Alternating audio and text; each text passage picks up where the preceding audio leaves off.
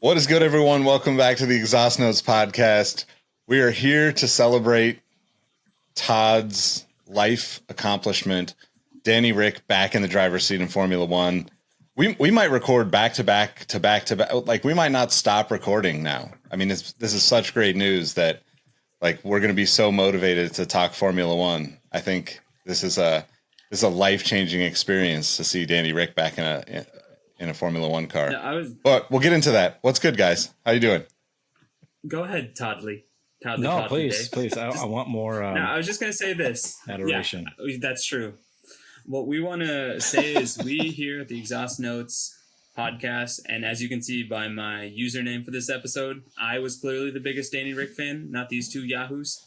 But I'm so glad that in the year 2023, on June 11th at 8:57 p.m., the secret is still alive. Todd Yates literally spoke this into existence.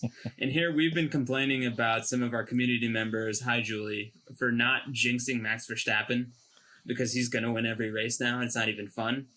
It's just the Lord works in mysterious ways, and this year the Lord decided to give us the miracle that is Todd Yates and his prognostication skills. Todd, just take it from here. I'm just sick to my stomach. Our Father who art in heaven. Helmet be thy name. No. God, no. Dr. Evil be thy name. I liked it. I like, Nick, how you said that's like my greatest accomplishment in life.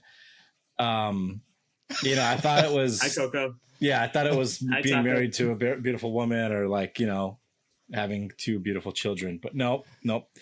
It's getting DR back on the grid. Honey Badger is back, baby. I even wore my 1-of-1 custom dyed Danny Rick official merch just for the episode. It felt like a good day to break it out again. Nice. We're back, baby. Did anybody ask you about that shirt today, given the news? No, because I just put this on. If I'm honest, I was wearing a different Daniel Ricciardo shirt this morning or most of the day, which I shared with you guys through text, that said Redemption Day, and it was about Danny Rick's win at Monaco after he lost in like 2016. I think he went back and then won it in 2017. Right. So that's where we. It's been a heavy Danny Rick day. Yeah, and I apologize, Todd. I should have prefaced that by saying, greatest life accomplishment aside from, wife and kids. No, I think you had it properly right. Yeah. I think in order, it's Danny Rick. Let me ask you a question. This will determine whether or not I was correct in that. Have you ever worn two shirts of either your wife or kids in one day? Like two different shirts of theirs in one day? I will respond to that saying I only own one shirt of my kids that's about my kids, and that's it. And I have zero about my wife. So if the math's going to math, then Danny Rick's definitely first love. So I mean, I'm just glad you said it on the show, because like, I don't think that's something that people would actually believe, like just casually tuning in if we were talking on Twitter or someplace about, how big of a Danny Rick fan you are. Wearing two shirts in one day of the same person or team, that's commitment, man. I applaud it. I applaud it. Twitter personified at this point. Like, well done. No, don't put that evil on me. Don't put that evil on me. F1 Twitter. What are you talking about? F1. You're the living, breathing team Danny Rick. Not only that reminds me of Office Space, where, there's a question in that movie. It's like, what would you do with $1 million? Besides two chicks at the same time? If I asked Todd Yates that, I think his default response is, besides wear two Danny Rick t-shirts at the same time? Absolutely nothing.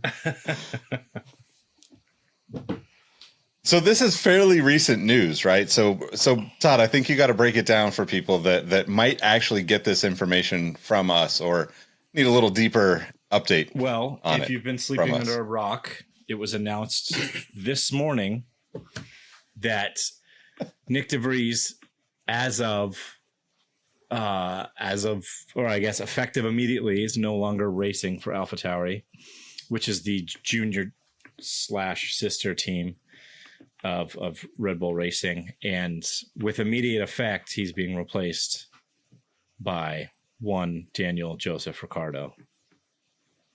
I don't even know if it's Joseph is. I don't know. I'm just gonna look that up now because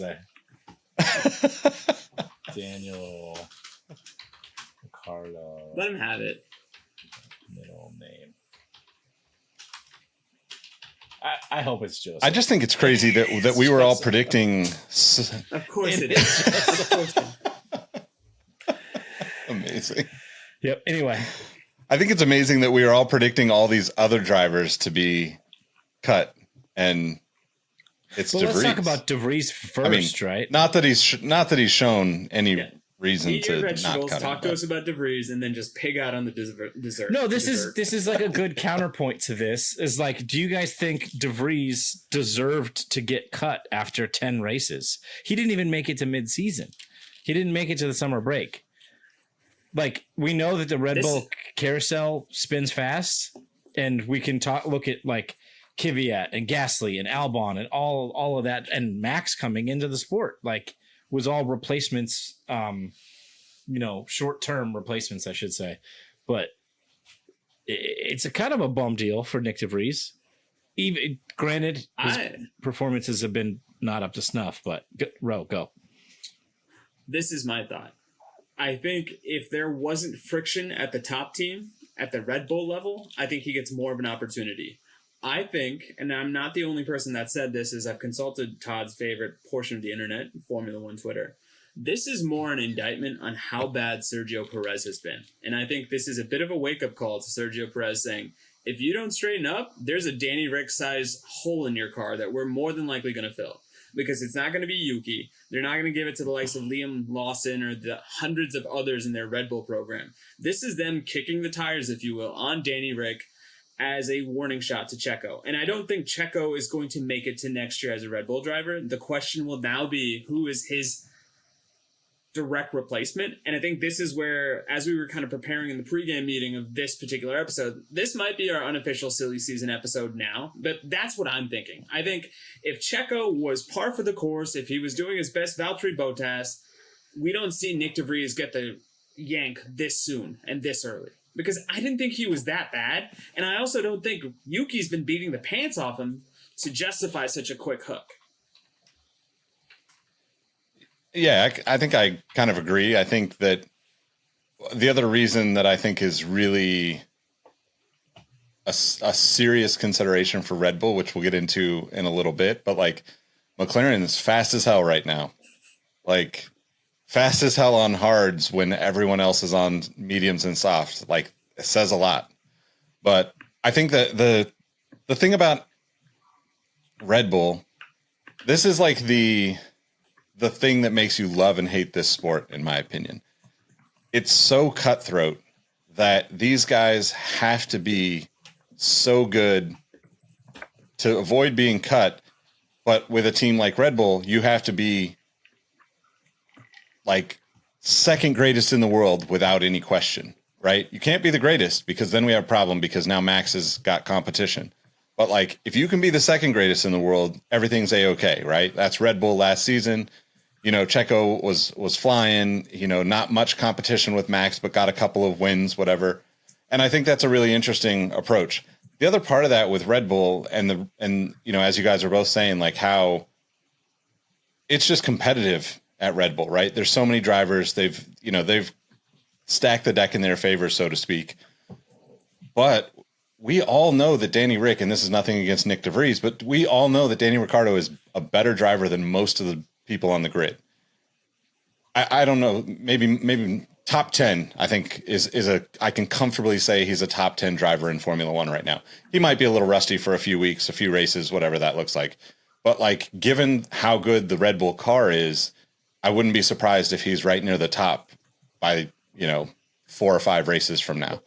And I think that's, and hopefully even sooner, right? But like, that's also, I don't think it's the car. What makes it so challenging? Speaking of challenging, that's the thing I am most worried about is we saw Danny Rick struggle with the McLaren.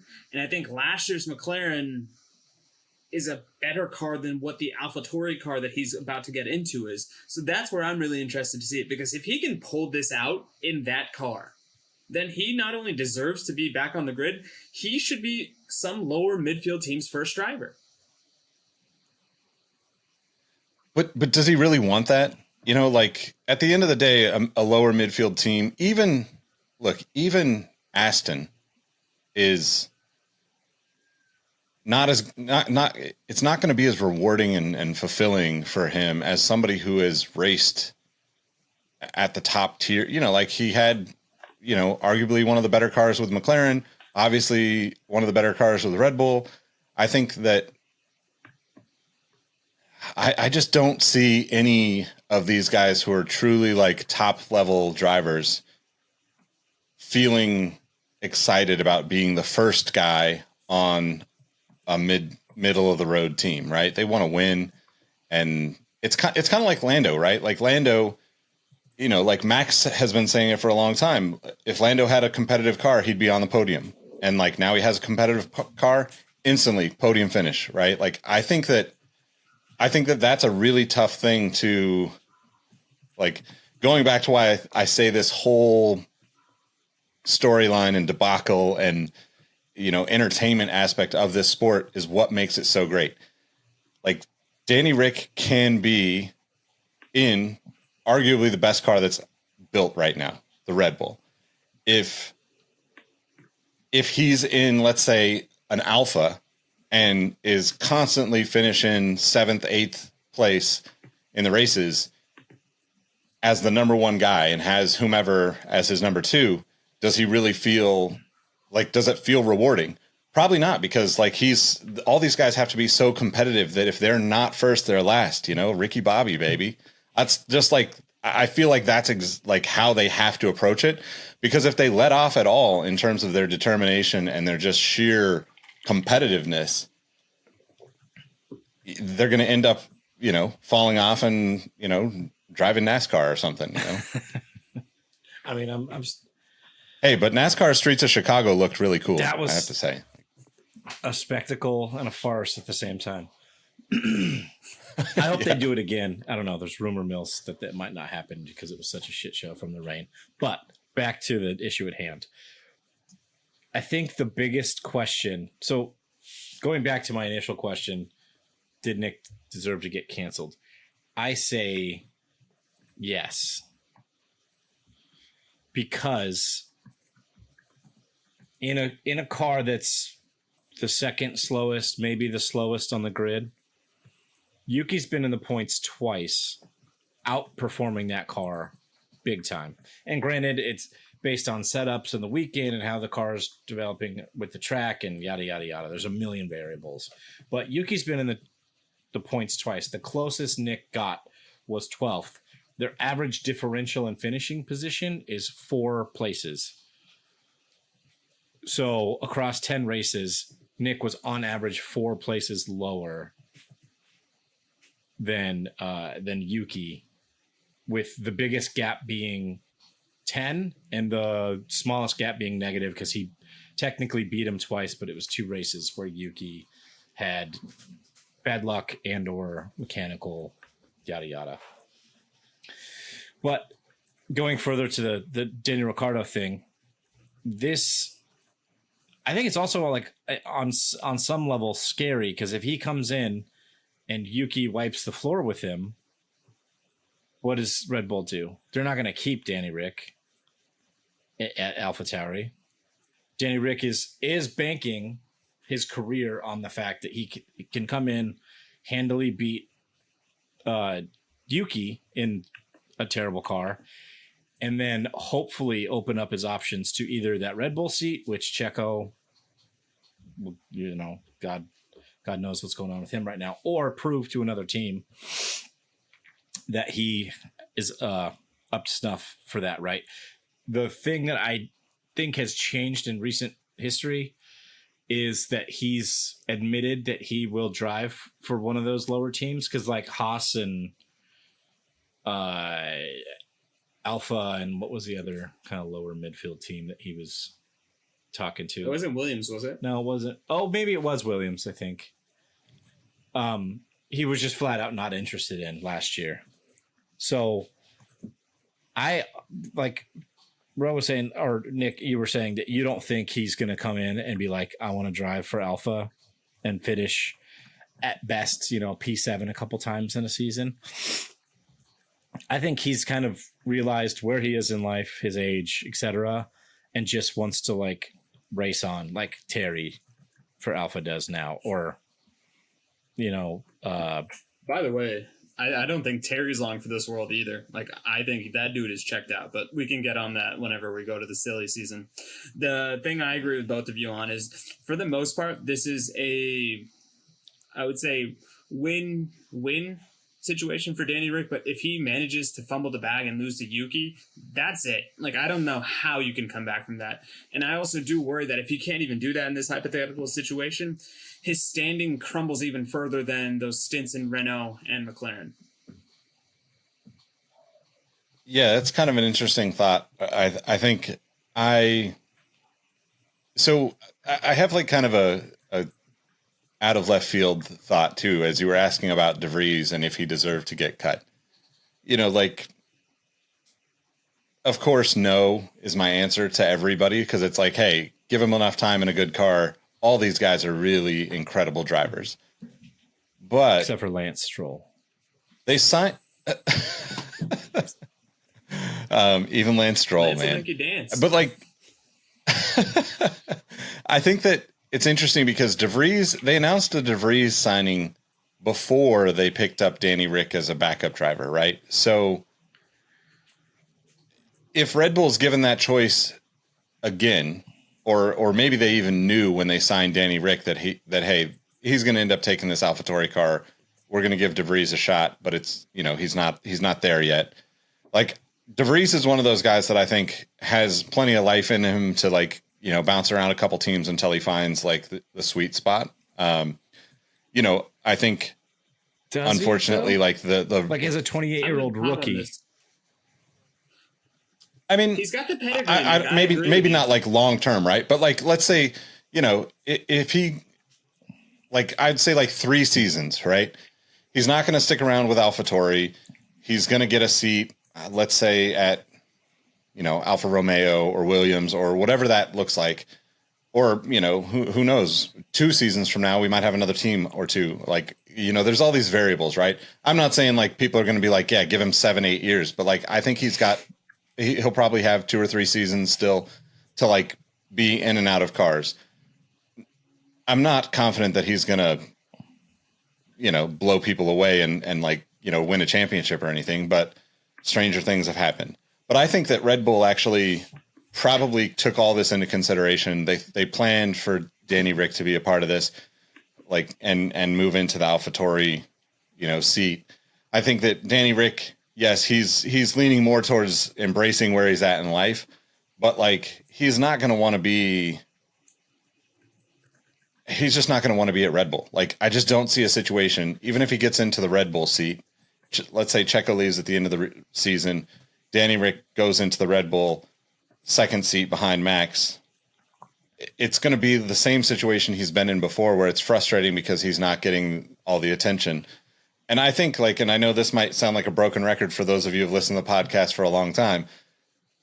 I think that people like these guys that are not top 5 drivers, maybe top 7, 8 drivers, absolutely need to be showmen outside of the car. I think that Danny Rick is that. We all love him. He's just a great personality.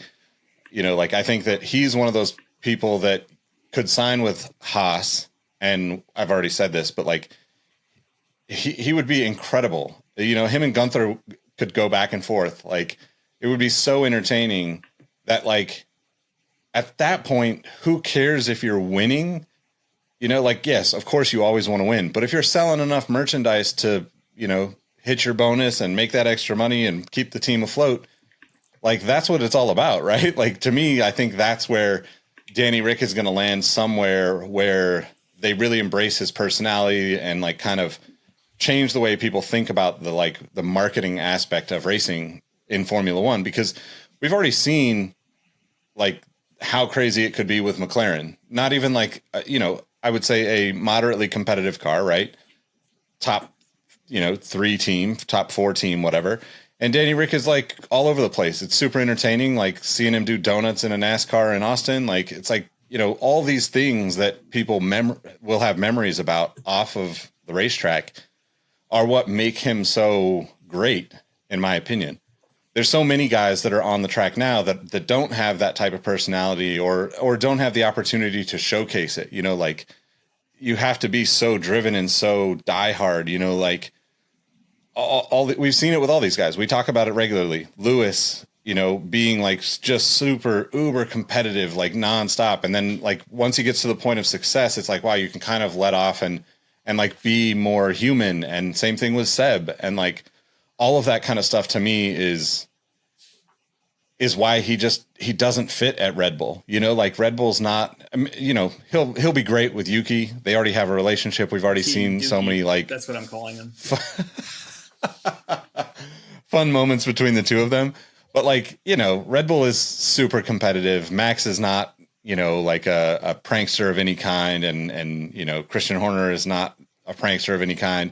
And I feel like as much as like, I think Ricciardo is as competitive as those guys, he also has fun with it. And I don't think that's a good fit for the Red Bull team, even if Checo gets pushed out. If he can get the results, they will love him being the clown jester because ultimately it takes the attention away from Max outside of just his dominance.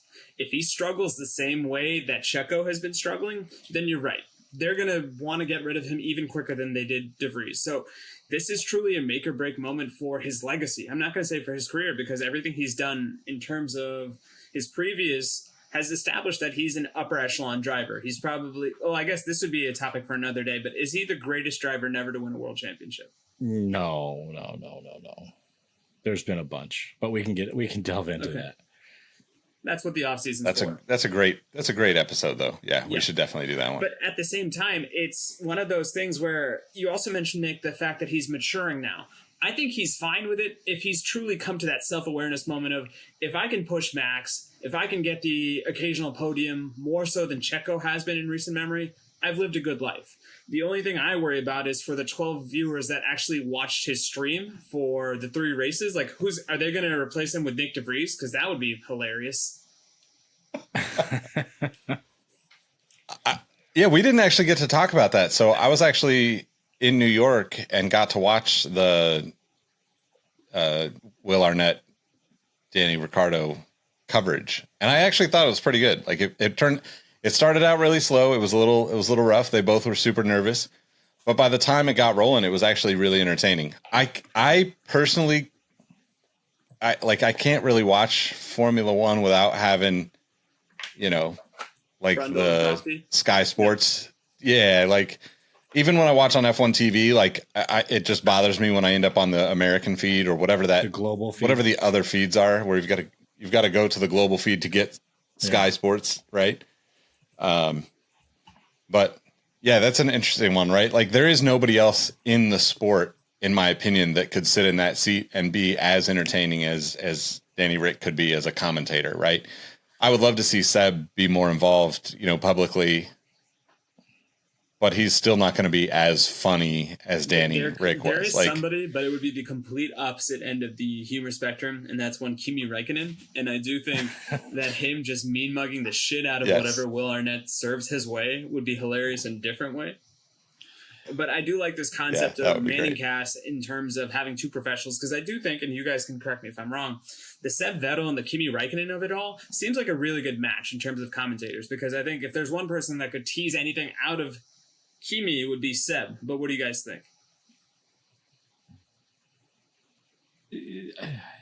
Yeah, I mean, jumping in on that telecast of Will Arnett and Daniel Ricciardo, like, I only got to see highlights of it, but it was painful to watch. Like, I could see them doing that as kind of a race replay because we already know what happened and then talking nonsense over it. But, like, they weren't even paying attention to the race, and, like, they had, like, beast mode, like Marshawn Lynch on there for some reason, and he's like, they're asking him car questions, and he's just like, yeah, like blew tires out doing donuts or something. Like, I don't know. It was too far off the reservation. Yeah, it was just say that too far away from the actual intro. race to be like a fun addition. But I could see them doing like a retrospective that way in a fun way. But it is like way more technical than football, right? American football is like you don't have to watch the game at all to know what's going on for the most part, right? You can hop in at any moment, see who has the ball, see what the score is, and kind of understand, hey, these guys are going this way. Yeah, these guys are going this way. One thing that makes Formula One inherently trickier is, and Todd's going to love this, we're all essentially slaves to the Formula One TV direction. Like, even if we wanted to kind of look at what's happening for favorite driver X or what's happening in this battle for 13th, we're never really going to get that opportunity because we're not Sky Plus members the way our British audiences are, as ESPN and Sky Sports are quick to remind us with every broadcast. Don't forget to press your red button for Sky Q and Sky Glass customers. Every time you speak, you push. Yeah, how do we get that? How do we get that hack over here? This is a good time to shout out the F1 multi-viewer. I haven't watched a live race with it yet, but watching race replays, you can literally put all the you can be your own pit wall. It's insane. You can have every live feed from the driver on board and the pit lane and the track map and the actual live footage going on. So when they're talking about something on like Sky Sports that doesn't line up with what you're seeing on screen, you can just kind of look at whatever driver's going on, like another part of your own screen. So anyway, that was, a tangent. But the funny thing about this to me is you said like the writing was on the wall and they thought they were going to get Daniel Ricciardo in that seat anyway. It was kind of a planned thing. Is that it came out pretty recently, actually rewinding a little. I don't know, maybe a month ago, Daniel Ricciardo went to Italy, to AlphaTauri's home base to have a seat fit. So every time when the people strike that down in the media and say like, oh, it's nothing, just routine in case he needs to race, where I'm like, is it really? If you're going on a full-on seat fit, like where there's smoke, there's fire. But then it came out more recently that Helmut Marko and Christian Horner disagreed on signing Nick DeVries. Apparently Helmut Marko, the grand wizard of the Red Bull army, whatever he is, and didn't want him, and Christian Horner did, and I guess got the ultimate ruling vote, or maybe Helmut said, whatever, I think you're wrong, but go ahead. So I think that's yeah, I don't know. Anyway, any more ways to allude to him as like as a not nice person, as an Axis of Powers member. Anyway, I'm stoked. I think Danny Rick's going to kill it, and I think within a few races he will be fast in the AlphaTauri, at least hanging pace with Yuki, and still getting 12th at best, which will be okay. And then he'll be in the Red Bull next year. And I disagree with you, Nick, that he's going to want to go somewhere to be the front runner, or somewhere that either the front runner or somewhere where he can like be the court jester and have fun with it. I think at this stage in his career, he just wants the odd race win and be competitive, get top 10s a lot, and then he can have his own fun, right? He's still going to, even as a Red Bull driver, he's still going to show up to the Circuit of the Americas on a horse or a giant Cadillac or a fucking Wright Brothers biplane or something crazy Americana, right? I think he'll be fine in Red Bull when he gets that seat. And I'm saying when, because I already manifested him coming back to Formula One in this fashion. I'm going to say he's going to check this. Time out. Here's the thing. Speaking of that, for our longtime listeners, we were looking at some of the bets we make before, during, after the season. Somebody on this panel took the over in a Danny Rick racing 1.5 races this year. And two of you, I'm not going to mention who, took the under. So for all of that speculating and speaking into truth, I got a Slurpee out of this. So I'm excited. Now, that being said, I'm Shout out to 7-Eleven, sponsor the pod. 7-Eleven, sponsor the pod. I am willing to go double or nothing with you, gentlemen, if you are inclined. Over under. You know what? I'll give you guys this. Over under a half. Danny Rick, 10th place or better finishes this year. How many races do we have left? 10th place or 13? better. Oh, Yeah. he's going to get, I think he gets 3. You get, okay, 3. Todd? I would take the over if you're going to say 0.5. 0.5. I would take the over because I think he's got 1 in him. But I do think it's going to take him a bit to get pace in that car. Because like he apparently was he did the tire test for Red Bull, the Pirelli tire test at Silverstone today for Red Bull, and was only like a second off Max's pace for pole this last weekend, which you can say like it is impressive or not, because a second in Formula One's like a mile, but not having driven a car in a long time, I think it's pretty quick. I'd absolutely take the over, but I think you're shorting yourself by taking the under. I am shorting myself. So we do. Nick, you said 3. So do the over under at 1.5. I'll still take the over. Yeah, you know what? Let's transfer that 1.5 over. I'm trying to help you out. I thank you. Help me. Can we go back to one thing real quick? Todd kind of like dropped the bomb like subtly and was like AlphaTauri seat fitting. You know, for like the Sneaker History podcast listeners that are listening, a seat test fitting is kind of like when you tell your, spouse or significant other or partner, I just entered the draw, I probably won't win. But then you win, right? Like that's basically a seat fitting in a Formula One car is like, oh yeah, it's nothing. It's nothing. But also you might win and you might be driving the car in a couple weeks. So. And for even further diving down that rabbit hole, for the people that don't know what a seat fitting is, the cockpits that Formula One drivers sit in are literally molded within millimeters of like every angle of the driver's body. They use a special foam and they put a little plastic bag in the cockpit and then the driver sits on it and they inject foam into this bag. So it molds like literally into their butt crack. Wow. Butt dimples. Yes. So if you're looking for Todd's holiday gift, whether it's Christmas, birthday, New Year's, any of those things, he's looking for a Kwanzaa. He's looking for a Danny Rick.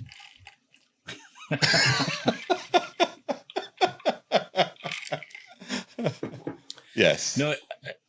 All right. Let's talk about McLaren. Yeah, let's talk about McLaren because I finally had another Danny Rick thing that I wore. I finally had a reason to break out the very nice Secret Santa gift I got from Iron Trev. Shout out Iron Trev. Because last 2 races, we had what? Only in Austria, only Lando had the upgrades. So Piastri still had a pretty bad, he had a decent race for the car still being slow. I think he was 11th or something. 16. Okay, just kidding. Pause. Felt better than that. Anyway, but Lando got a P5, I think, and this last race, 4. Oh, P4. Excuse me. Average it out. We're good. This last race, we had a P2 and a P4 on pace. Not any crazy safety car stuff. Actually, the safety car hurt Piastri. Oscar Piastri, if anything. He should have had a podium. He should have had his first F1 podium if he didn't pit right before that safety car. There's a lot of things that I heard about them going into it, but they made significant updates in Austria. They had smaller, further updates for Silverstone. Every team has updates for Silverstone, including like smaller front wings and little turning vanes, or not turning vanes, but little things here and there, because it's such a high-speed track. But do we think McLaren are back? Is this just us getting overexcited as papaya diehards? Well, not you, Ro, but we know you're on board for friendship. I know. I am. That's the journey. Not the track with the track limits, but the limits of friendship. But it's a step in the right or a pedal in the right direction. I just want to understand one thing. Was anybody else disgusted by the tampering and the full-on bromance that Red Bull was doing in terms of batting their eyelids at Lando? Because I swear they were going out of their way to compliment him. So are they trying to actually move him to Red Bull, or like what was the point of that? Other than that, they drove as flawlessly as possible. And one of the loudest cheers I've heard this year was when Lando took the lead right out the start of the race. I mean, I think that's just Lando being at his home track, team's home track, basically. The fans there want to see the fans at Silverstone are like still recovering from Lewis losing to Max 2 years ago. Right. And like, I think they just want to see a homegrown, win. So I think the cheering in that was, more based on the actual performance and Lando being at the top. I think it was really interesting how much, not just Red Bull, but like all the teams talked up Lando and the McLaren, right? Like even Lewis was like, rocket ship. Almost like, yeah, I forget. Yeah, that's what it was. Yeah. It's like, it's saying a lot, like he even was like, yeah, it's very similar to the Red Bull, but like it's fast, and then there was, of course, like the commentary on the internet, F1 Twitter and Instagram and memes and all that. And it's just like, it's hard for me to think that it's a fluke of any kind. I'll just say that. Like, I feel more confident in saying that they're going to be on the podium fairly regularly the rest of the year than not. Well, I mean, I look at it from the perspective of, I believe this is also it for Mercedes. They're not going to get any other upgrades. And if this is a sign of things to come, then yeah, I'd be worried if I was a McLaren hater, because they proved to be competent in a way that I don't think any other midfield team is going to have as successful of a one weekend point grab as McLaren did this weekend. But I think the hardest part about the whole thing is actually Aston and Fernando Alonso just kind of falling off, like nothing that they've done brought them up with everyone else. And, like to me, Mercedes, look, they're always going to be like a lurking threat, whether they're on the podium or not. They're capable, more importantly, they're capable strategy wise than, not to pick on Ferrari, but way more capable. But it's so true, man. It's like, they just don't make those mistakes. They're very, like there's been a few over the years where like, I think Lewis not pitting when the safety car rolled out a couple of times. I think George had the same situation at certain points, but like, it's so few and far between for them that you almost like people just naturally dismiss them when they're, fourth, fifth, sixth, whatever. Like Todd's done this most of this season, right? Not picking on you, Todd, but like every time it's like, what did Lewis finish or what did George finish? And it's like 2 spots above where you call it, right? Like that's how people think about Mercedes, and that leaves like room for them to sneak in. I think, even though the car is not as fast as Red Bull or maybe McLaren moving forward, they're still going to be close enough to sneak. I don't think anybody's going to beat Max, to be honest. Like I wouldn't be surprised if he just wins the rest of the year, but they could definitely sneak a few podiums in that most people are not expecting, in my opinion. McLaren's going to sneak podiums. I'm saying, McLaren will. I think McLaren will for sure get probably 4 or 5 more at least. So you're talking out of the rest of the year. Mercedes. I think Mercedes. Yeah, like just like this weekend, right? Like Lewis did nothing most of the race that would have led us to believe that he was going to end up on the podium. He was there. He was, competitive. The car wasn't, rocket ship fast or anything, but like they played it right, and they end up, edging out the second McLaren car. Like that's just the way I think that's just the way that they kind of had landed comfortably playing that role. Yeah, but I mean, Mercedes has been, on average, I would say the second fastest car, right? It started like Aston was like a rocket ship, right? But like between the two drivers, because Stroll is Stroll. It's not even a dig; it's just fact, right? The man is who he is. Yeah. So like you have Lewis and George, which are both, top 5, top 7 drivers in a car that's like pace wise, maybe at best third. But if they're both finishing behind Alonso, they're still going to beat him in the constructors, right? If they're just, and one of them sneaks on the podium every time. So I think it's obviously Red Bull's running away with both championships.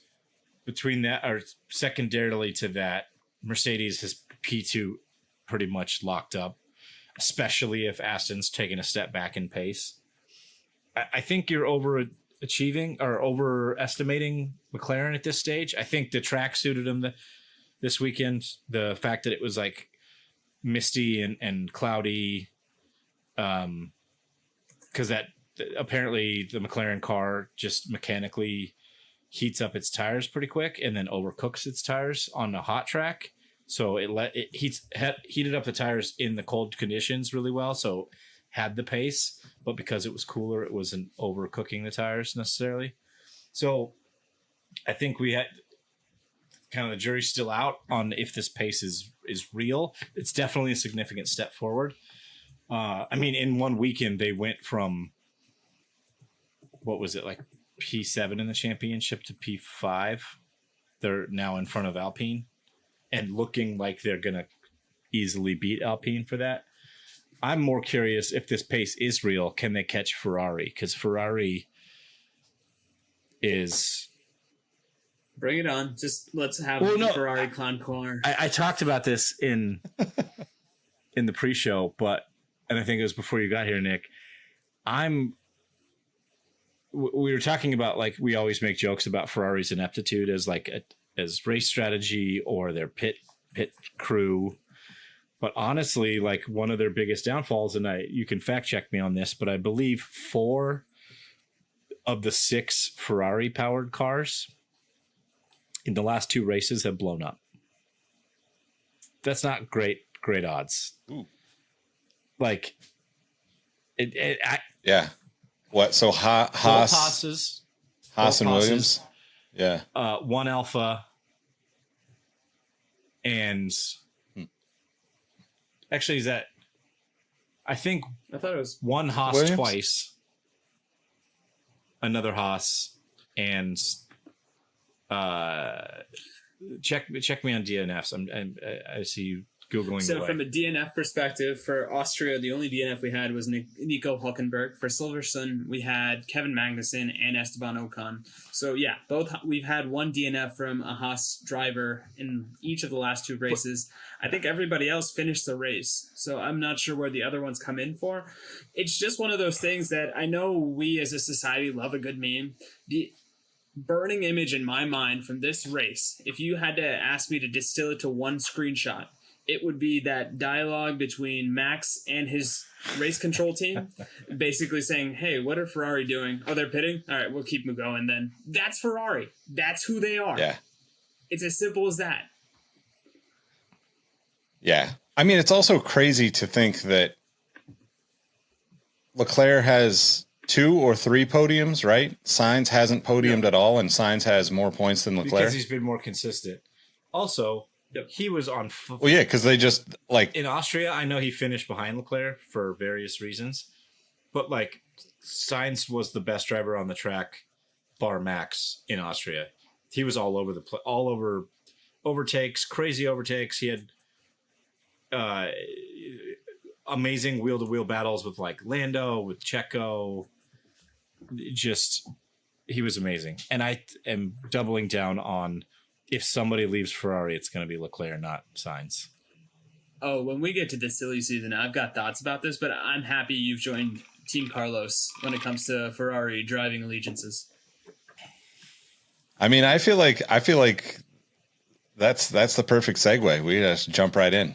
Yeah, let's talk silly season. So now that Danny Rick has lovingly kicked the door open complete with wig and clown outfit, where do we go from there? So that we think that means that next year Checo's out of a seat, Danny Rick goes to Red Bull.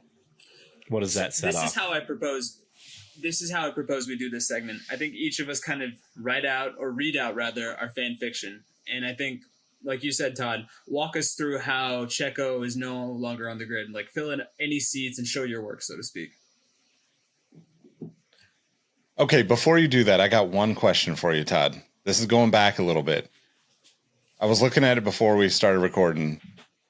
The closest a team has come to winning all the races since, like, whatever, 1950s-ish. 1988, Alain Prost and Ayrton Senna.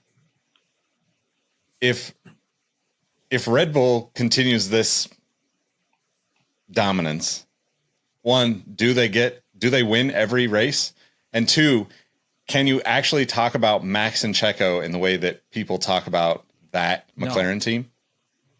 You had 2 world champions on that team. Checo is, at best, a very talented, but probably overrated number 2. I mean, actually, I don't know if Senna had a championship in '88. Actually, I think he won his first one in '88. But anyway, there's no way you can talk about him in the same vein, because look at the point standings. Like when it was Alain Prost and Ayrton Senna on the same team, they were battling for the championship up until the final race of the season. I think '88 was the first year that one of them crashed into the other to win the championship. It might have been. It was either '88 or '89. But that's like goes down in Formula One history. But they were literally battling for the championship the last race. Checo has already lost the championship and we're 10 races in. So if anything, it's going to be the one-man show, right? People are going to talk about Max. That's what I'm going. It's exactly that, because I don't think Checo's going to win another race this year if we're looking at current form. And if that's the case and Red Bull still wins every race, I think we have to start talking about the fact that this might be the most dominant thing we've ever seen in Formula One. Because if that scenario plays out the way that we think it does, Checo took 1 race off of him, and really no other team took any race off Red Bull if that was the case. As for the fact checking on Senna and Prost, it was in '88, and this was the only race that McLaren did not win in 1988, is when they crashed into each other. Look at the big brains on Brad. Double threat guy. Yeah, I'm a Formula One nerd. So back to the silly season, or Nick, did you have further questions on that? Nope, that was it. Max. He's going to go down as probably one. So you would compare this season more to a, what is it, 2019 Lewis and Bottas?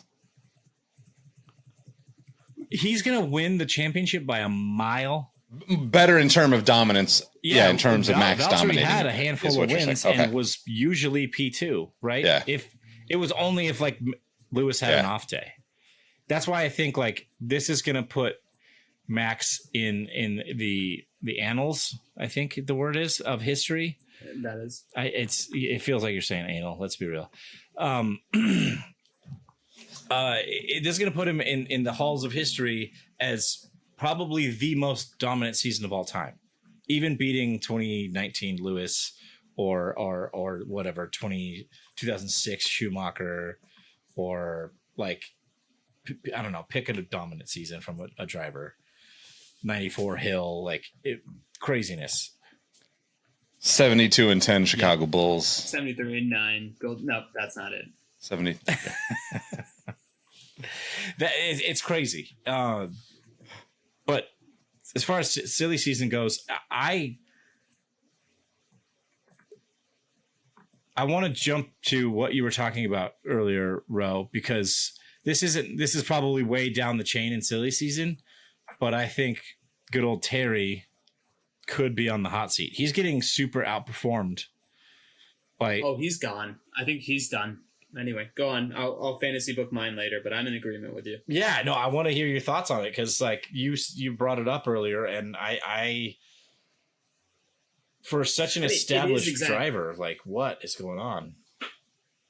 I think, put it this way, it speaks to who he is in the pantheon of the sport that this is not that big of a deal, all things considered. Because, yeah, we've always kind of joked about the fact that he seems like he's quit on himself. He's quit on the team because of all the years he's been asked to be number 2 to Lewis. But I could see him literally withering away into the sunlight because he's done. Like, he has nothing left to prove. I don't think he's ever going to get a podium in that car. I mean, if you guys are feeling strongly about it, let's make a bet about it. But he's done. And I think he's okay. He gets to show his butt on occasion. He's got a gin.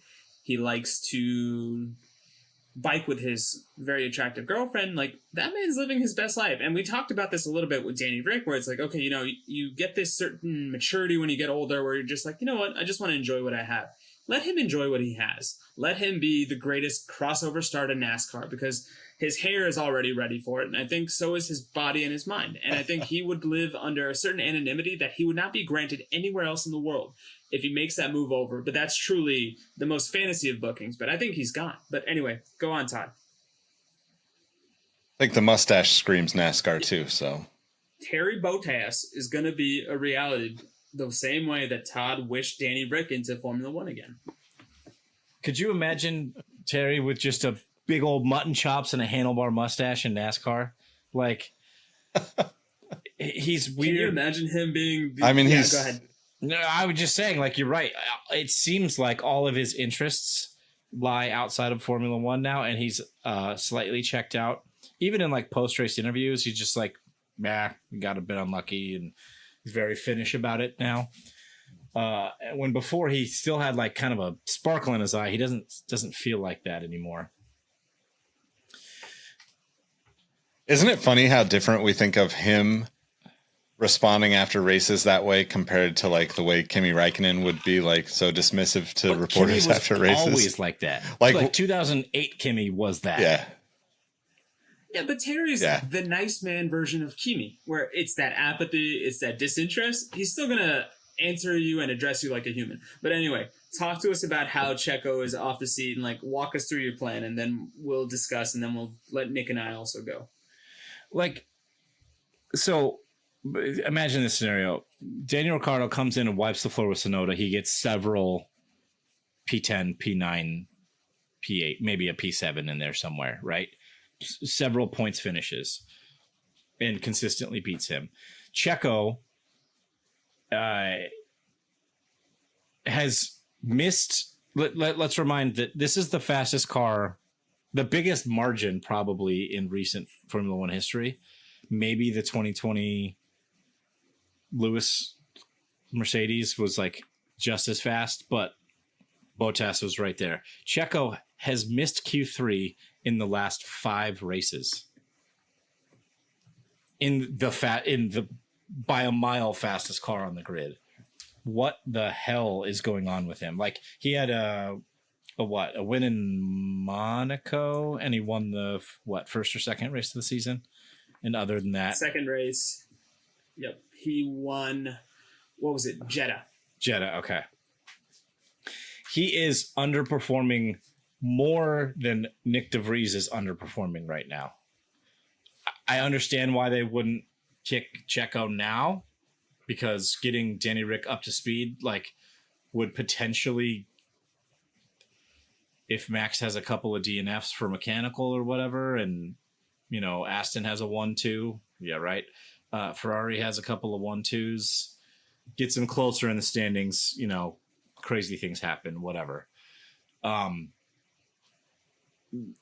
But I think they kick DeVries now. They get Daniel Ricciardo some seat time in, granted, a dog, but it probably has similar characteristics to the Red Bull, mechanically, because they share a lot of the same parts. AlphaTauri buys a lot of standardized parts from Red Bull.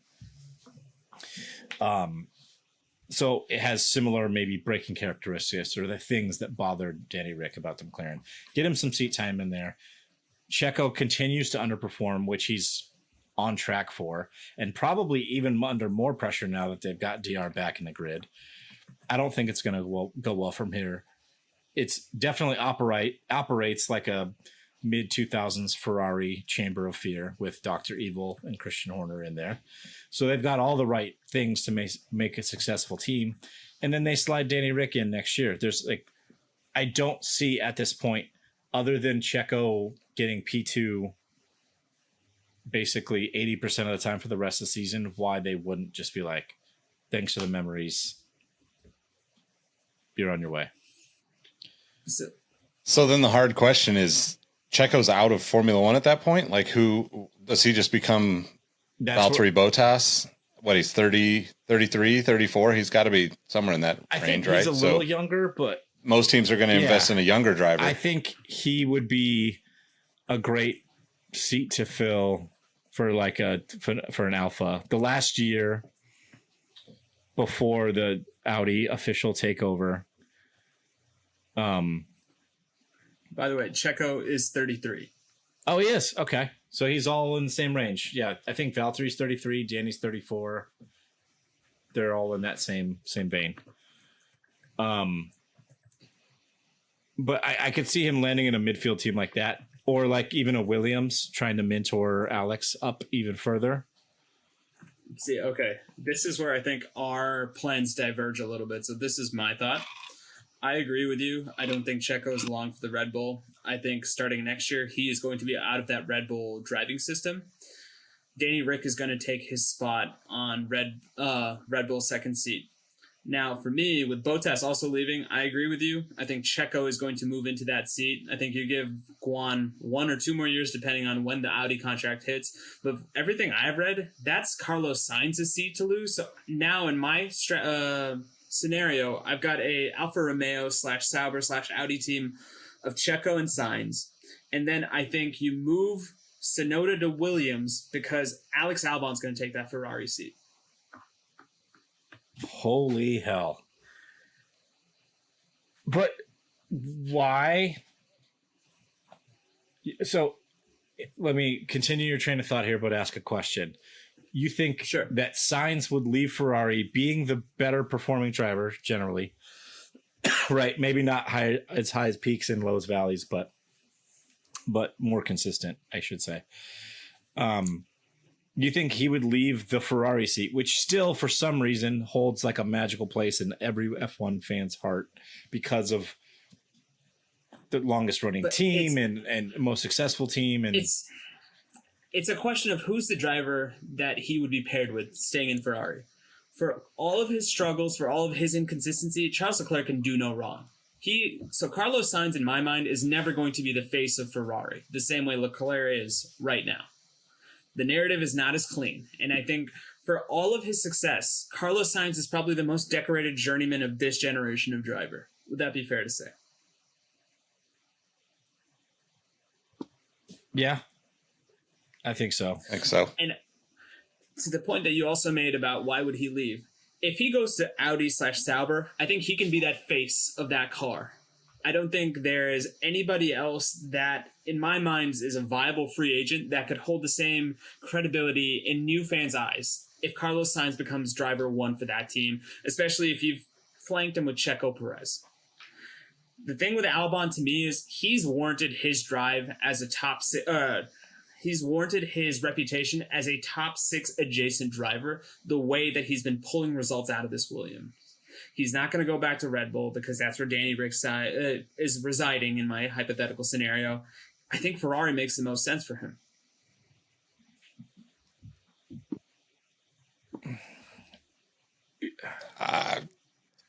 You make good points. Like, I don't really know. Like, it's kind of crazy to think that, and we absolutely could see that much of a shakeup. And here's the thing. It's not going to happen. I'm speaking wildly out of my butt. But at the same time, to me, it just seems like one of these things that Checo's struggling a way that I don't think we anticipated him ever struggling, especially considering how he used his last year in Racing Point to get that Red Bull seat. because correct me if I'm wrong, the pinnacle of his Racing Point career was getting from literally last to first in that race. So Christian Horner could have that moment in Drive to Survive where he literally calls him on the phone and says, "You got the seat." We're a long way from that amicable, warm of a relationship between Checo and Red Bull. I think he sees the writing on the wall. I don't think he's necessarily capitulated, but he just gives the vibe of a young Dante Hicks from Clerks where I'm not even supposed to be here. No, I disagree there. I feel like he's still, I think it's finally settling in. I think up until this point, or until this year, he's felt like I'm here to battle Max for the championship.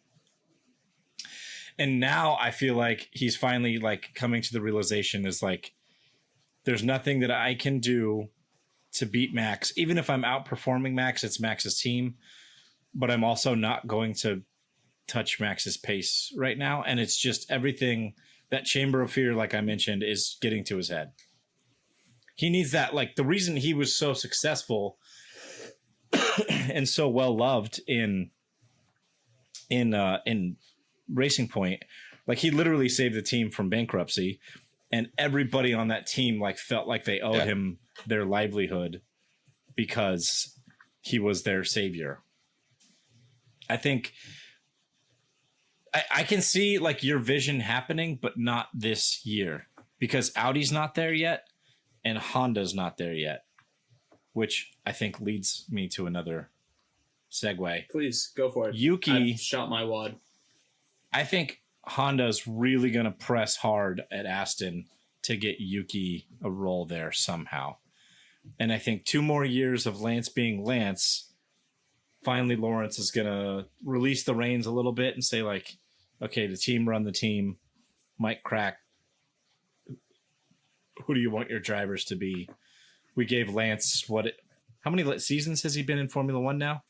I was actually just checking that like right 7? now because I wanted to make a bet with you to see if he is going to reach a decade in Formula One.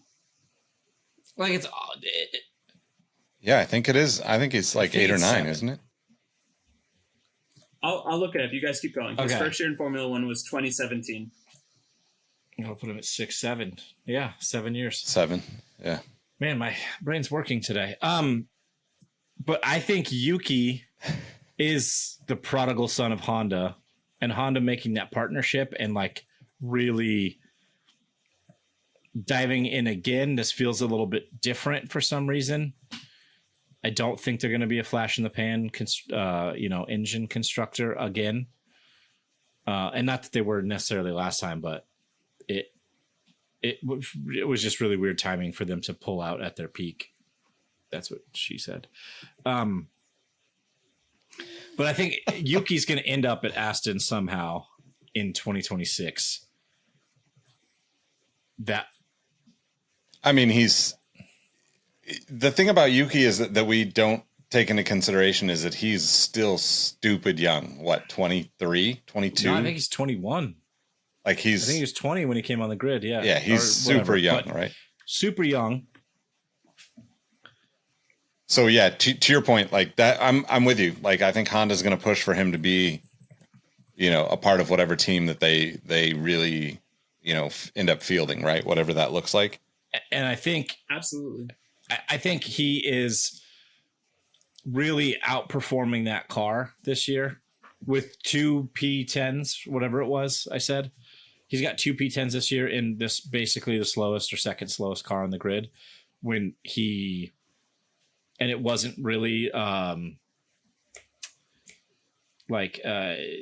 a lucky sort of way. It was like on pace and on fighting through cars to get those. So yeah, I think he's having a hell of a season. He's really proving himself this year, and he's here to stay for the long term, which I've heard so much of, like from just psychotic F1 Twitter, that Yuki's going to be out, and I don't understand why. I mean, we I said were that saying too. But at the same time, I guess my question is, who takes the second seat with Yuki with Honda? Well, that's the trickier question. Alonso, I don't think there is going to be racing in 2026. He'll be 46 or 45 at that time. Yeah, there'll be somebody. There'll be 4 or 5 different drivers that we're not even aware of on the grid. And Lance is future world champion. I think at this point, Lance should just embrace his career as a live-action Twisted Metal driver and just go that route. Twisted Metal. It's a deep cut. That's what I do. Yeah. Man, speaking of Lance, I had so many people text me that were so mad. I don't know why they were so mad about it, because none of them were Gasly fans. But they were so mad about the Silverstone incident where Lance, in their view, purposely bumped Gasly on that, what is it, like turn 4, that really tight downhill hairpin. I think it's just the car. His talent. He overdrove his talent, and he lost control of the car and slid into Gasly. It was just a strange thing for the reaction I saw. Not only that, the other strange thing for me was, didn't Gasly have some sort of impediment from Carlos Sainz, and he was ready to go hammer and tongs at how he's besmirched him, his driving, his reputation, but I didn't hear a word of him go after Stroll the same way. So I'm wondering, like, did Stroll just kind of slide a unmarked metal Halliburton case full of $1 bills in all these drivers' doors whenever he messes up, so they don't speak about such things in public? Like, how does he keep getting away with this? I think there's like a sniper on a tower. You can see the red dot on his shirt, and he knows whose sniper it is. I think it's that they don't want to upset Daddy Stroll, because they never know if they might be looking for a job one of these days. Must be that, because it's one of those things where I tend to be the biggest Lance Stroll defender out of us, which isn't really saying much. But even me, I was like, what are we doing? Like, what is going on? Like, he was especially Strolly this past couple of races. Like, I think every race had some sort of Lance Stroll incidents where, really, if you don't know any better, all you can say is, oh, that's just Lance being Lance.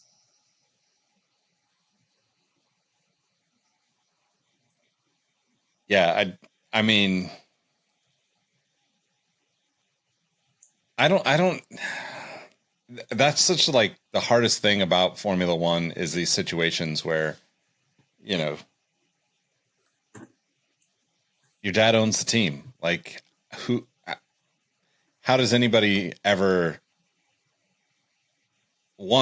completely understand, how does anybody ever not let their son drive for the team when, all jokes aside, he is capable of driving a Formula One car and lands in that top 20 somehow, some way, right? Like, granted, he's got a lot more chances to grow into this car that he's in now than most drivers would ever get. But, he's still a good driver, right? Like, objectively speaking, I know Todd's like burning inside, needs to say something right now, but it's crazy to try to like figure that out, because it could be something that lasts for another 10 years, like if you don't have to win to be competitive, just let your kid keep driving, right? I mean, nobody's going to talk shit on the grid because there's going to be a second seat where they might want a job, Yeah. It's absolutely there. Yeah. I mean, I don't know. Like, if Lawrence Stroll is serious in his 5-year plan, he has to at some point admit that his son, even if they make the fastest car on the grid, his son is not going to be a part of that championship. And they need an Alonso, or they need a Max, or they need a Lewis, or somebody that's consistently at the top of their game to put them there. And honestly, I think this year's Red Bull is an anomaly. I think the regulations are only going to get twisted tighter and tighter to make the cars as spec as possible, because Formula One itself knows that to keep the growth, the 333 million new fans, as Ronnie Mercado likes to point out, to keep this fan base and keep the value in Formula One that it has right now, we need good racing. Because like even this year, it's down like 40% or something because of the domination. I don't know. I said that in the Discord this weekend, and Aaron What's that? corrected me. What did So you say? Because I've think read it's- that ratings are down in Europe, but they're steadily going up in America. So I'm wondering, like, and attendance is Okay. up in Europe. but the ratings in terms of actual television watching, or I'm not sure. Like, I think we need to do some digging and actually find out what that real truth is behind all of that. But I mean, I think the other part of it, the Stroll thing that like messes everything up is that he's also really young, 23, 24, right? Like he's been racing for a long He can't time, but be he's that still young. really young. So like, I'm going to say he's 25. definitely that young. 24 years old. I think he's 24. Yeah. That's like a seasoned vet at this point. He's fair. Right. But like if your dad owns the team, that means you got 5 more years to prove yourself. No Yeah. questions. But again, You don't talk about age until like 28, 29, 30 in Formula 1 unless somebody just straight up sucks. And I know you feel like he does. But like in the wet, he's like Rain Man. He turns into Ayrton Senna in the wet for some reason. So Lawrence Stroll is going to lobby F1 to put sprinklers on the outside of all the tracks. And finally, he'll be a consistent points producer. But who are you going to replace Alonso with to keep that? If Lawrence Stroll is serious and they're putting whatever, like 400 million into that wind tunnel, and like just so much infrastructure investment to make them a real team, a top 3 team or whatever, which they already have a quick car this year. I know they've taken a step back, but they're still P3 in the championship. And they want to keep building towards the future. Who are you going to replace Alonso with when he retires that's of the same caliber from the current driver lineup?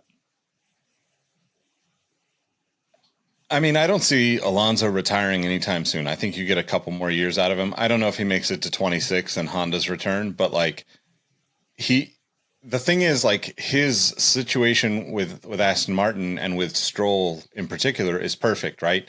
He plays it up that he's just there supporting his teammate. He's super competitive. He's more competitive in that car than he has been in years. And like, to be honest, at his age, it's a great place to be, right? Like why not just keep cutting the checks and racing? You know, like you're doing what you love. You're making great money. You're getting to sell more Kamoa hats, like at the end of the day, like it's kind of a perfect scenario for him. If he gets a few podiums out of it, or maybe even squeezes out a win or two at some point along the way, like I don't think he does any better anywhere else. And I don't think he wants to leave the sport. Stroll, on the other hand, seems to be at least respectful of him compared to, the way most of the younger guys act towards, like the kind of legacy drivers and stuff. I think that, Sebastian Vettel leaving Aston Martin is a sign that like, he's younger than Alonso. He could still be racing and doing the same thing, making money and, supporting his causes and, building his brand up even more. But it's interesting because I assume that the vibe between Lance Stroll and Sebastian Vettel was much different than the vibe between Fernando Alonso and Lance Stroll is. And that's why I think Vettel ultimately left. Maybe earlier than, I would have expected him to, because I don't think any of us expected him to retire. Yeah. Yeah, that was a shock. But I do agree with you. Like, there is not a good solution for a replacement for Alonso at Aston Martin. Like, no, I don't know. Like, I just don't see any experienced driver being like, yeah, I'm going to go drive for that team and know that you're kind of second tiered, even if you're first. Bro, any wild takes? Top tier talent? I mean, I'm trying to process this all just because of the fact that it is too far off. But if there's one person that's going to give us a proverbial middle finger and say, no, I'm going to drive until I'm 50, it's going to be Fernando Alonso. But I also do think that when it rains or pours, and I could see a scenario where with Lance Stroll pulling out, or let's say Lawrence Stroll pulls out, and that means Lance seat's gone and Fernando Alonso's gone, I could see that team almost not cease to be in 5 years' time, just because of the fact that who knows who's going to be able to replace that? And if it's one thing we've kind of learned about Formula One as a sport is it's how billionaires become millionaires. And people may be tired of losing money hand over fist the way that they do when they're fielding a not as competitive team. I don't know if that's really feasible though, because even though like we're not seeing them win, the trajectory of the team is going in the right direction for a Formula One team. Like, and I mean for like a really competitive long-term Formula One team, you know, like they're doing the right things. They're investing, you know, aside from, people not understanding Stroll as a driver, you know, like if you swap any other young driver onto that team, put Yuki on that team, like what better way to like, continue growth with those two, Alonso kind of, mentoring Yuki and Honda coming back down the road. Like that's a perfect scenario for everything in 4 or 5 years for that team to end up being, assuming Honda brings the same kind of reliability that they usually do. That team could be really competitive. I will ask you gentlemen both this. What is Lance Stroll's current point total right now? I don't know. 44. I was going to say 44. 50. So, yeah. In 50? No, it's 44, but he's been doing his part. Like I've been kind of impressed with how he's been driving. Where does that 44 point season rank right now in his entire career? Oh, by far the first. It's got to be. No, it's still not. No, I don't think so. He scored yeah. 75 points with Racing Point in 2020. No, but he's only 10 races in. He's got 44 points. Exactly. He should be able to say this is his best year as a Formula One driver. And that being said, I agree with what Nick is saying in terms of that trajectory is doing well, because I almost don't think you can utilize Fernando Alonso as a comparison point for this year's team, just because of the fact that we don't know how much longer he's going to be. And I would say this, I don't even think Fernando Alonso thought he was going to have as good of a season as he's been having. So it's a better indicator to me to look at how is that second driver facing with regards to having the same form of machinery. And right now, I would say this, Lance Stroll's doing his part, even though he drives like a jackass more often than not. So, wait, hold on. How many points does Aston have, though? Let's look at teams. They've got 181 points, of which 44 are Lance's. So is that really doing his part if 2/3 of the points, less than 2/3 or less than 1/3 of the points are his? That's like saying Checo's doing his part right now. I mean, okay. But let me ask you this then, Todd. Who take someone else from that seat and put them in that car, and do they actually put more points on the board? Outside of the Ferraris. Nick DeVries in that car, and he'd have more than 44 points right now. Wow. Hold on. I disagree with that one. Entertaining to I'm being facetious a little bit, but I'm serious. You could take probably 8 of the bottom 10 drivers on the grid, and they would have more than 44 points right now. This is what we're going to do. I'm going to read them all off, starting at, let's go with number, hold on, where are the driver standings?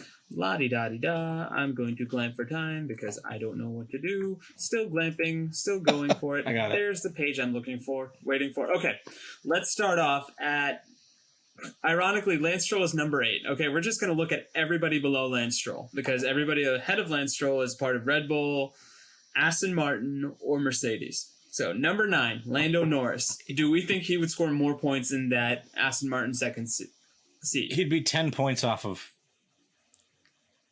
Fernando. Would he score more points than 10 points only? So he would get. Yeah. No, he'd be. Todd's saying he'd be at like 140. Okay, because Fernando's got 137. So Todd, you're saying if Lando was in that car, he would have 147 points. No, I would say he'd be like 10 points under him. 127. Okay, so 127. Okay, so we'll say that's plus for Todd's point. Number 10, Esteban Ocon. How many more points, or would he give you a similar point total to what Lance has right now? He'd give you 100, 110, easy. Right now with this car. I'm doing this just to make sure that Nick's face turns the same orange that his San Francisco Giants hat is doing. Okay. Where were we? Number 11, Oscar Piastri. Easy. 100 points easy. Oscar Piastri 3 for 3. finally had a good car and got P4. I know he's underperformed. I know he's underperformed. You guys can rip me a new one on the next podcast after the next race. If Oscar Piastri has a good car again, or Lando's, top 5 again, and Oscar Piastri is down in 16th. Okay. No, I think you're right with look, I think Lando and Piastri are the anomalies in the rest of this group. I think that both of them, this is why I'm so big on McLaren still, because the car is now up to the skill of the drivers. I think that team is like in a better spot than they've been in. I know like we can get into tracks and all that stuff, but aside from that, the rest of the guys on the grid, I just feel like are not that much better than Stroll on a regular basis. I have an argument I want to bring up specifically about this. Lance Stroll has 44 points. I want to get through a couple more drivers. Okay, but let me just go on this tangent. Okay. Lance Stroll has 44 points in the third best, at best, or like at worst, third quickest car, sometimes second quickest car. Oscar Piastri in the 7th or 8th quickest car has 17 points so far this year.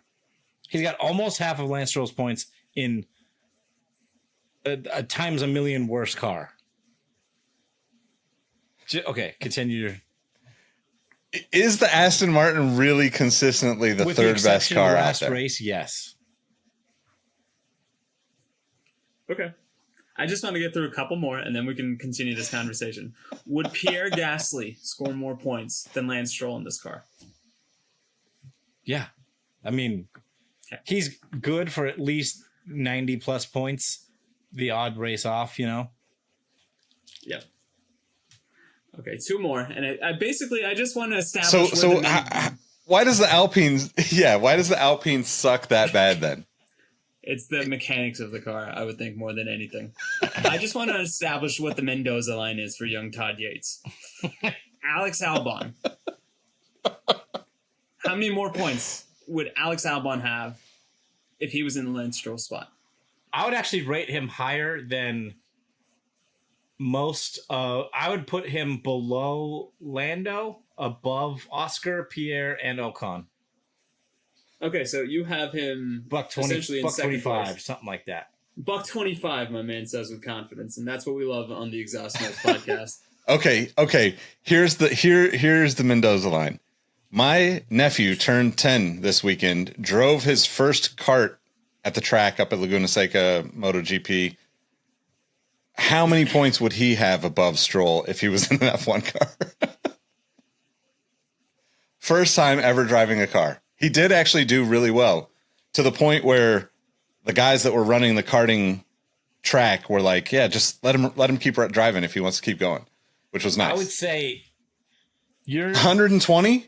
Your 10-year-old nephew, not even having the neck muscles to contend with the G-forces that are in Formula One, would have 47 points to Lance Stroll's 44.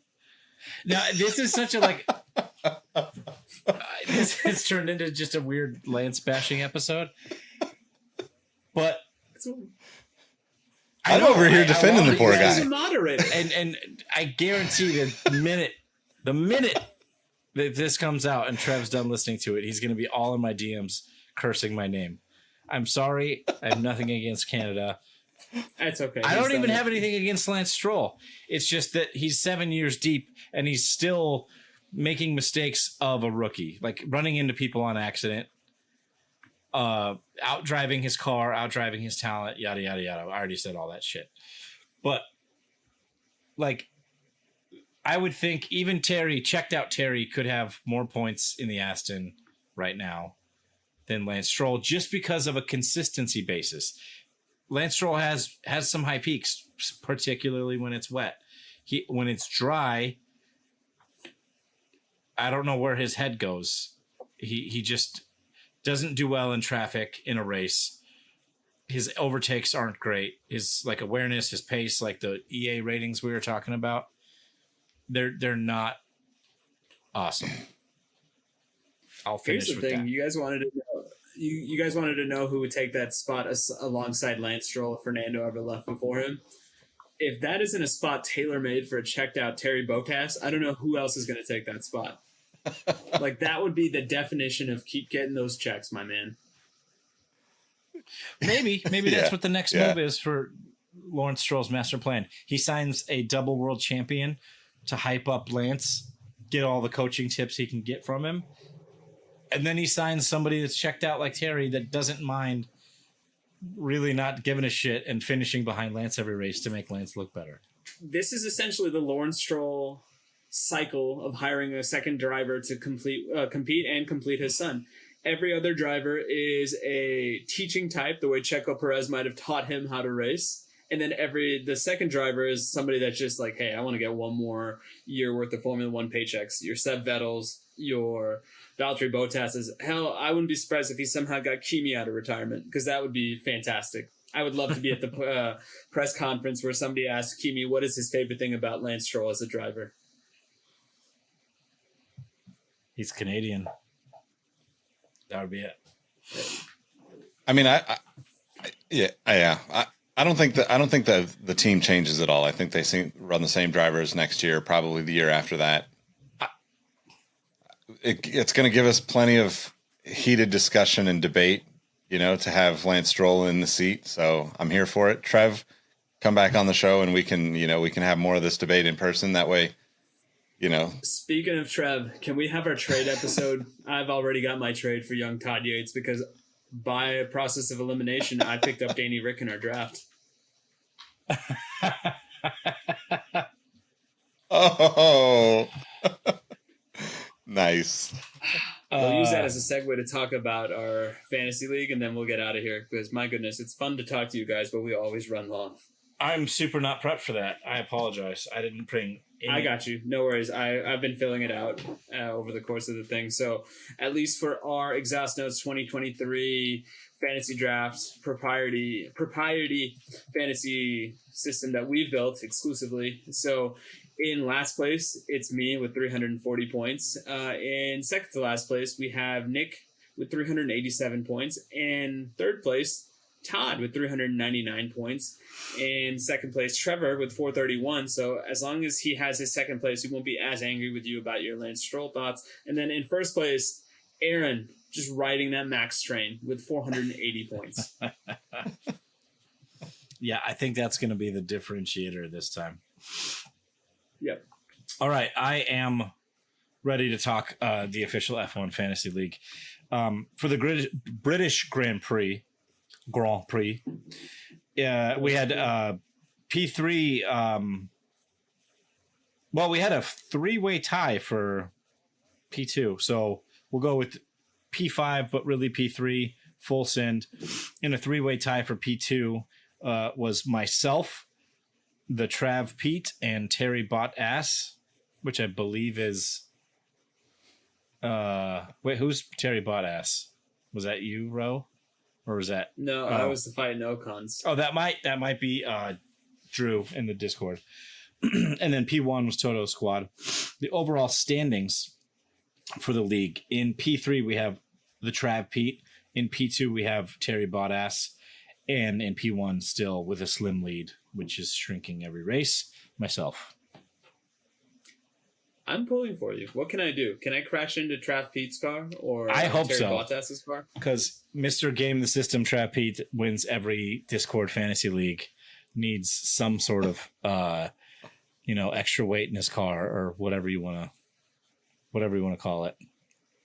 Say no more. All right. I think we wrap here. Let's do it. I think so. I also already sent Trav a message and I said I'm sorry in advance for the pod. I love it. Can you just let us know what he says back to you? All right, guys. Well, tune in next time. So are you guys on Threads? Do we need to let people know how to find us on Threads? Follow us on Instagram, Exhaust Notes FM on Threads. It's the same username. And now, if you ever want to delete your Instagram, or you can't delete Threads without deleting your Instagram, so they got us. They've handcuffed us to two social media or social networks now instead of the one. Anybody on Blue Sky? Hook your boy up with an invite. I just need something to replace Twitter because I'm starting to feel gross about Twitter. Yeah, I need a Blue Sky invite. I'm too old for That one. those newfangled social medias. However, I am on Threads because I didn't know what I was doing when I signed up. So I think Threads has some potential to be, at least for a little while, not as chaotic as F1 Twitter, but still healthy Todd, discourse. I can't wait for you to be the grandfather of Formula One Threads. It even sounds better. I can't wait to be rethreaded on occasion. Come follow me on Threads on Instagram. Dadshoe, that's SHUE.jpg. On Twitter at dadshoe_ F1 or JPEG or something. I don't know. You'll find me. What was life like before the war, Grandpa? We'll put links in the description. Yeah, you can follow me on Threads, Instagram, Rodem13, on Twitter at RoheezyFashizi1, and then on OnlyFans as the Sanskrit Stunner. Todd or Nick, where can they find you?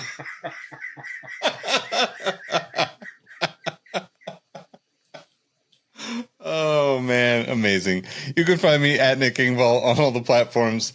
More importantly, Exhaust Notes FM everywhere, and hit the first link in the description wherever you're watching or listening to this, and join the Discord. That's where all the people that we've been talking about this episode, Julie, Trevor, Aaron, Trav, everybody that supports us and listens to the show, we appreciate y'all. We'll catch you on the next one. Peace.